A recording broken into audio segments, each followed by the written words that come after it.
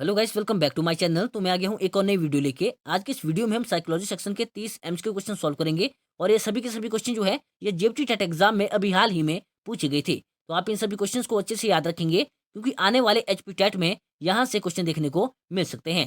तो वीडियो को ज्यादा लंबा न करते हुए शुरू करते हैं आज की वीडियो।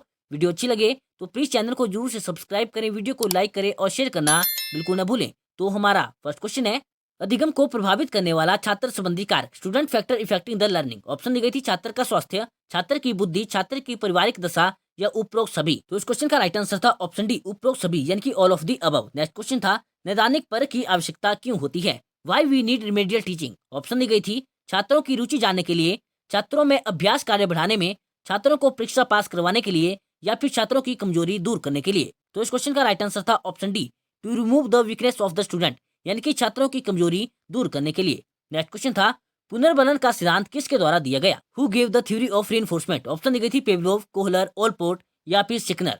तो आपका राइट आंसर था option D, Skinner. Next question दिया गया था, वर्तमान समय में मनोविज्ञान है, psychology in present time is. Option दी गई थी आत्मा का विज्ञान, मस्तिष्क का विज्ञान, व्यवहार का विज्ञान या फिर चेतना का विज्ञान। तो आपका राइट आंसर था option C, science of behaviour, यानी कि व्यवहार का विज्ञान। नेक्स्ट क्वेश्चन दिया गया था, अल्पकालीन स्मृति को और किस नाम से जानते हैं? Short time memory is also known as. Option थी सांवेदिक स्मृति, सक्रिय स्मृति, निष्क्रिय स्मृति या इनमें से कोई नहीं। तो आपका राइट आंसर था ऑप्शन बी, एक्टिव मेमोरी, यानी कि सक्रिय स्मृति। नेक्स्ट क्वेश्चन था, प्रसिद्ध पुस्तक पर्सनैलिटी अ साइकोलॉजिकल इंटरप्रेशन किसने लिखी? हु रोट द फेमस पुस्तक personality a psychological interpretation. Option दी गई थी ओलपोर्ट, फ्राइड, दत्ता या फिर जुबिन। तो आपका राइट आंसर था ऑप्शन ए, ओलपोर्ट। नेक्स्ट क्वेश्चन दिया गया था, लिप्जिंग में प्रथम मनोविज्ञान प्रयोगशाला किसके द्वारा स्थापित की गई? Who established first psychological lab in Leipzig. Option दी गई थी वॉटसन, वुंड, पेवलोव या फिर बिने। तो आपका राइट आंसर था option B, Wundt. Next question था, आनुवंशिकता के असली वाक है, the real carriers of heredities are. Option दी गई थी जीन, गुणसूत्र, कोशिका का केंद्रक या एक्स और वाई गुणसूत्र। तो आपका राइट आंसर था option A, gene. Next question था, टीएटी परीक्षण एक प्रक्षेपी तकनीक है डैश डैश के लिए। TAT is the projective technique used for measuring. Option दी गई थी व्यक्तित्व, बुद्धि, अधिगम या फिर सृजनात्मकता। तो इस क्वेश्चन का राइट आंसर था ऑप्शन ए, व्यक्तित्व। नेक्स्ट क्वेश्चन दिया गया था हमारे पास, डैश डैश मानसिक आयु तथा कालानुक्रमिक आयु का अनुपात है जिसे 100 से गुणा करते हैं। Dash dash is the ratio of mental age to chronological age multiplied by 100। Option दी गई थी बुद्धि लब्धि, सामाजिक लब्धि, आध्यात्मिक लब्धि या फिर सांवेगिक लब्धि। तो mental as upon chronological S multiply by 100, ये फॉर्मूला जो है ये आईक्यू का फॉर्मूला है। Option A is the correct answer, बुद्धि लब्धि। नेक्स्ट क्वेश्चन था, मनोसामाजिक विकास का सिद्धांत डैश डैश ने प्रतिपादित किया था? Psychological development theory was proposed by. Option दी गई थी कोहलबर्ग, थॉर्नडाइक, सिकनर या फिर एरिक्सन। तो इस क्वेश्चन का राइट आंसर था option D, Erikson. Next question था, निम्नलिखित में से कौन सा दृश्य सहायक सामग्री है? Which of the following is visual teaching aid. Option दी गई थी पुस्तक, मानचित्र, ग्लोब या उपरोक्त सभी। तो ये सभी के सभी जो है ये विजुअल टीचिंग एड्स है। तो इस क्वेश्चन का राइट आंसर रहेगा ऑप्शन डी, उपरोक्त सभी, all of the above. Next question दिया गया था, 6 से 11 वर्ष की आयु के बालक डैश डैश अवस्था में आते हैं? The age group 6 to 11 years falls under. Option दी गई थी पूर्व बाल्यावस्था, उत्तर बाल्यावस्था, किशोरावस्था या फिर वयस्क अवस्था। तो इस क्वेश्चन का राइट आंसर था ऑप्शन बी, लेटर चाइल्डहुड, उत्तर बाल्यावस्था। नेक्स्ट क्वेश्चन था, विकास की प्रक्रिया आरंभ होती है, process of development start from. Option दी गई थी गर्भधान से, जन्म से, शिशुकाल से या इनमें से कोई नहीं। तो राइट आंसर था ऑप्शन ए, गर्भधान से। नेक्स्ट क्वेश्चन था, स्मृति एक डैश डैश प्रक्रिया है, memory is a highly dash dash process. Option दी गई थी संरचनात्मक, निष्क्रिय, प्रतिगमनात्मक या इनमें से कोई नहीं। तो राइट आंसर था ऑप्शन ए, कंस्ट्रक्टिव, यानी कि संरचनात्मक। नेक्स्ट क्वेश्चन दिया गया था हमारे पास, मनोविज्ञान मानव व्यवहार का विज्ञान किसने कहा? Psychology is the science of human behaviour who said? Kolesnik, Murphy, Woodworth या इजी बोरिंग। तो इस क्वेश्चन का राइट आंसर था option C, Woodworth. Next question था, शिक्षा मनोविज्ञान सहायक है, education psychology is useful in. Option दी गई थी स्वयं को समझने में, बालक को समझने में, शिक्षण विधियों के चयन में या संपूर्ण शिक्षण प्रक्रिया में। तो इस क्वेश्चन का राइट आंसर था option D, whole teaching process, यानी कि संपूर्ण शिक्षण प्रक्रिया में।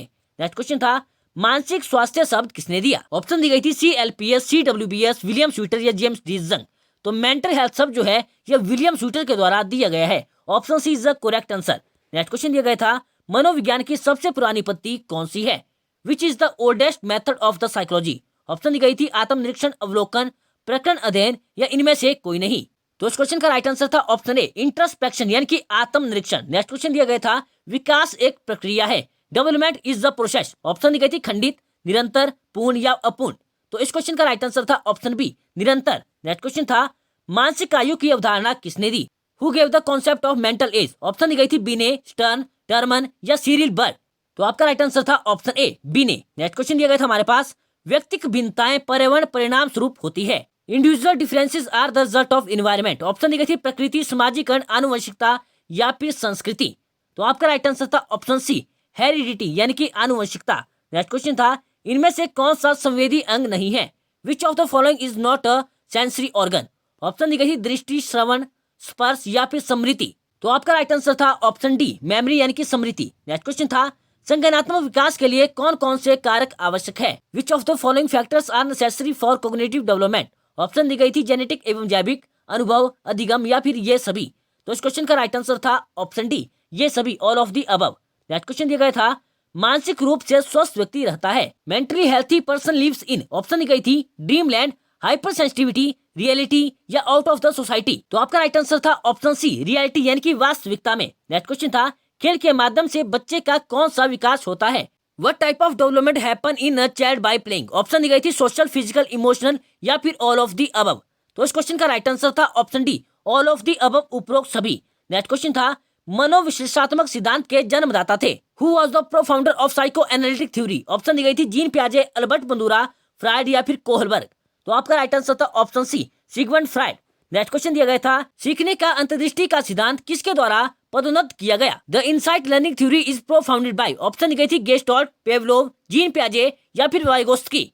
तो आपका राइट आंसर था ऑप्शन ए, गेस्टॉल्ट। नेक्स्ट क्वेश्चन दिया गया था गिलफोर्ड ने कौन सा बुद्धि सिद्धांत दिया? Which theory of intelligence was given by Guilford? Option दी गई थी सक्रिय उत्पाद सिद्धांत, बहुप्रज्ञा का सिद्धांत, प्रज्ञा संरचना सिद्धांत या फिर उपरोक्त सभी।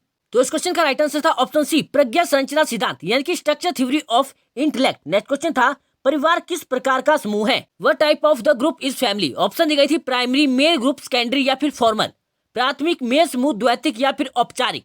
तो इस क्वेश्चन का राइट आंसर था ऑप्शन ए, प्राइमरी यानी कि प्राथमिक। तो गाइस ये थी हमारी आज की वीडियो। इस वीडियो में हमने साइकोलॉजी सेक्शन के 30 एमसीक्यू क्वेश्चन सॉल्व किए जो कि अभी हाल ही में जेईई टेट एग्जाम में पूछे गए थे। तो आप सभी इन क्वेश्चंस को अच्छे से याद रखना क्योंकि आने वाले एचपी टेट में यहाँ से क्वेश्चन देखने को मिल सकते हैं। और वीडियो अच्छी लगी हो तो प्लीज चैनल को जरूर से सब्सक्राइब करें, वीडियो को लाइक करें और शेयर करना बिल्कुल न भूलें। और इसी के साथ मिलते हैं नेक्स्ट क्लास में।